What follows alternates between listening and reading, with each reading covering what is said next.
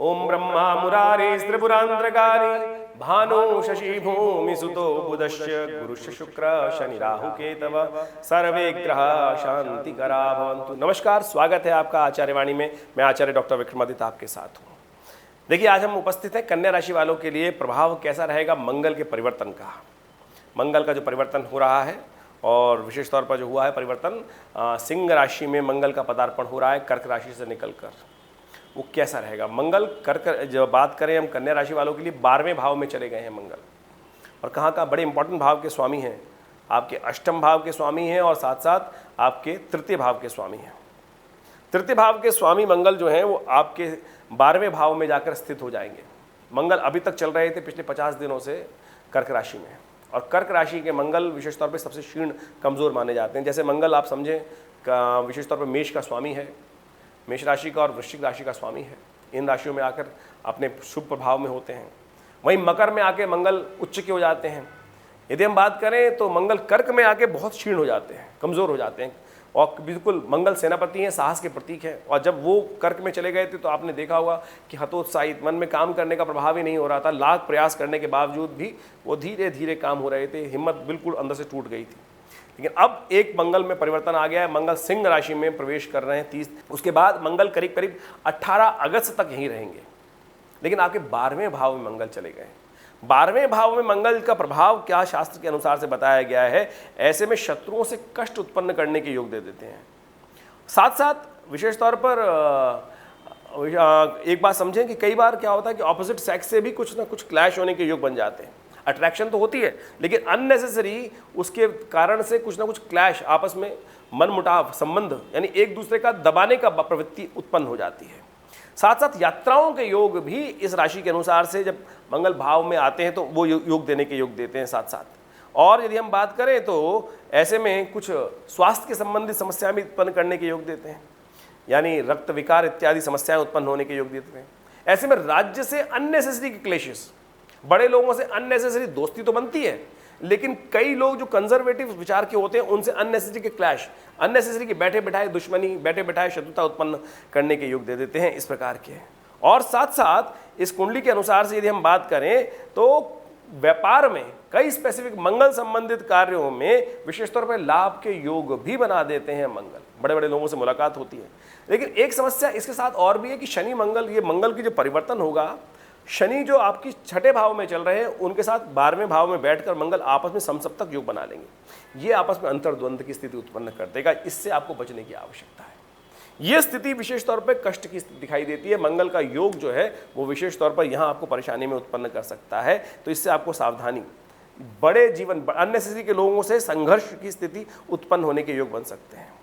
जो आप मंगल के संबंधित कार्य करेंगे उसमें तो विशेष तौर पर लाभ प्राप्ति होने के योग दिखाई देते हैं, लेकिन अननेसेसरी के झगड़ों से बचने का आपको विशेष तौर पर प्रयास करना चाहिए।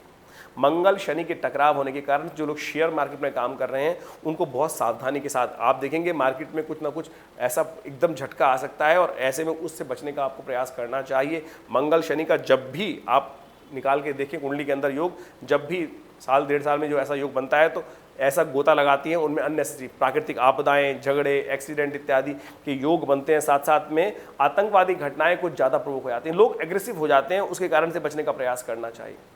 सामाजिक तौर पे अशांति का वातावरण, दंगों का वातावरण और ख़ास तौर पे ऐसी स्थिति बन सकती है। इसके साथ साथ एक समस्या और भी आ रही है। ऐसा समझें कि शुक्र महाराज जो हैं वो भी परिवर्तन की तरफ जा रहे हैं। वो मंगल के साथ 12वें भाव में आ जाएंगे। 5 जुलाई को शुक्र, कामुकता, शुक्र प्रतीक है लेविशनेस का, आनंद का, लग्जरी का, और मंगल के साथ शुक्र का संबंध बड़ा विचित्र प्रकार का होता है। शुक्र मंगल के साथ आने के कारण से क्या होगा, विलासिता, भोगता, कामुकता, ये सब चीज़ें थोड़ी मन में सिर पे ज़्यादा अधिक चढ़ जाएंगी, तो इनसे बचते हुए कार्य करने की ज़रूरत है। 5 जुलाई से लेकर जो शुक्र की स्थिति है आगे पीछे होगी, वक्री भी होगा, मार्गी भी होगा, साथ साथ अस्त भी होगा। तो ऐसे में बड़ी सावधानी के साथ समझ लेना चाहिए। 5 जुलाई को मंगल और शुक्र की युति हो जाएगी 12वें भाव में, और उसके बाद 23 जुलाई को शुक्र वक्री हो जाएंगे, और 7 जुलाई को वक्र गति से चलते चलते वापस कर्क राशि में पहुंच जाएंगे।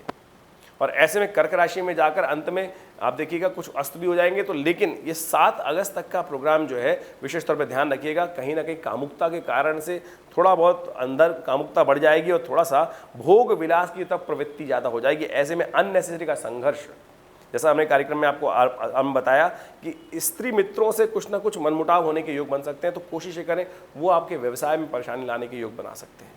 ऐसे में कुछ खास उपाय आपको लगातार करने का प्रयास करना चाहिए। एक तो सबसे बढ़िया श्रेष्ठ उपाय यह है गरीब परित्यक्त महिलाओं की सेवा, ऑपोजिट सेक्स जो है गरीब परित्यक्त व्यक्तियों की सेवा। गरीब परित्यक्त जो भी व्यक्ति मिल जाए, आदमी हो तो स्त्रियों की सेवा अवश्य करने का प्रयास करें। कोई बेचारी किसी प्रकार से त्रस्त हैं, समाज में कोई दिक्कत है, तो ऐसे में विधवा आश्रम जो है वहाँ पर कुछ हेल्प कराने का प्रयास करें, उनका अपनी तरफ से सहयोग करने का प्रयास करें।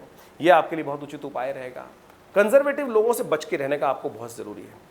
स्वास्थ्य के मामले में थोड़ा गाड़ी वाड़ी चलाते हुए बड़ा सावधान रहें, एक्सीडेंट होने के योग दिखाई देते हैं। ऐसे में आपको विशेष तौर पर ध्यान रखना चाहिए, मंगल के मंत्र का जप करना चाहिए। ओम क्रांग क्रीं क्रौंग स भौमाय नमः, इस मंत्र का जप करना बहुत ज़रूरी रहेगा, अन्यथा अननेसेसरी कष्ट होने के योग बन सकते हैं। ऐसे में कम से कम शनिवार के शनिवार हनुमान जी को खासतौर पर चोला भी चढ़ा दें। ये बहुत श्रेष्ठ उपाय है। हनुमान जी की कृपा से आपके लिए विशेष तौर पर परिस्थितियों को ठीक करने का रास्ता मिल सकता है। सुंदरकांड का पाठ कर लें। और साथ साथ एक काम और कर सकते हैं अपने कष्टों को दूर करने के लिए। ऐसे में भगवान शिव पर आपकी राशि के अनुसार उपाय बता रहा हूँ, बिल्वपत्र अर्पित करें। देखिए सावन का महीना आ रहा है, इस दौरान में 4 तारीख से सावन का महीना भी शुरू हो जाएगा। 4 जुलाई से 1 तारीख को ये युग बनेगा, 4 तारीख से सावन का महीना भाग्य से शुरू हो रहा है। मंगल जो है वो शिव के अंशी हैं, वीरभद्र ही हैं, उनको मंगल का नाम दिया गया। भगवान शिव के आशीर्वाद से सती के जब लेके आए वीरभद्र उस यज्ञकुंड से निकाल के उनके शरीर को, तब भगवान ने उनको आशीर्वाद दिया और वही वीरभद्र के रूप में स्थित हुए, शिव के गण के रूप में विद्यमान है, तो वही मंगल है। तो उनका नित्य प्रति आप कोशिश करें बिलपत्र भगवान शिव को अर्पित करने का प्रयास करें। पूरे सावन के सावन ओम त्रिदुलम त्रिगुणाकारम त्रिनेत्रम चातिधायम जन्म पाप संहारम बिल्वपत्रम शिवार्पणम, ये छोटा सा उपाय है। हींग लगे न फिटकर रंग चोखा हो, इस उपाय को करने से आपके देखिए कष्ट दूर होने के योग बनेंगे। हमने विवेकानंद योगाश्रम में खासतौर पर अपने आश्रम पर बहुत विशाल भगवान का शिवलिंग विद्यमान है।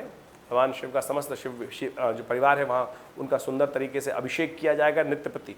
इस बार सावन सौभाग्य से 60 दिन का है, वैसे तो आमतौर पे 30 दिन का 29 दिन का ही होता है, लेकिन इस बार क्या है कि लंब का महीना उस सावन के महीने में पड़ रहा है। भगवान ने हर जगह रास्ता बना रखा है, तो हमने नित्य प्रति भगवान का सुंदर अभिषेक रखा है। पूरे 60 दिन तक भगवान का रुद्राभिषेक चलेगा।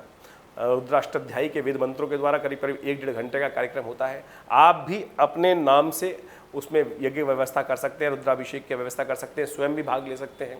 उसके लिए आपके सामने नंबर स्क्रीन पे चल रहे हैं, फ़ोन पे कर आप अपनी स्थिति को समझने का प्रयास कीजिए। बहुत विचित्र स्थिति है ग्रहों की, यदि आप थोड़ा सा अपने आप को डायरेक्शन दे दें तो इस स्थिति को बहुत बढ़िया बना सकते हैं, लाभ की स्थिति उत्पन्न कर सकते हैं। जो बुद्धिमान है उसका लाभ लेने का प्रयास कीजिएगा। आपके साथ भगवान का आशीर्वाद रहेगा। धन्यवाद।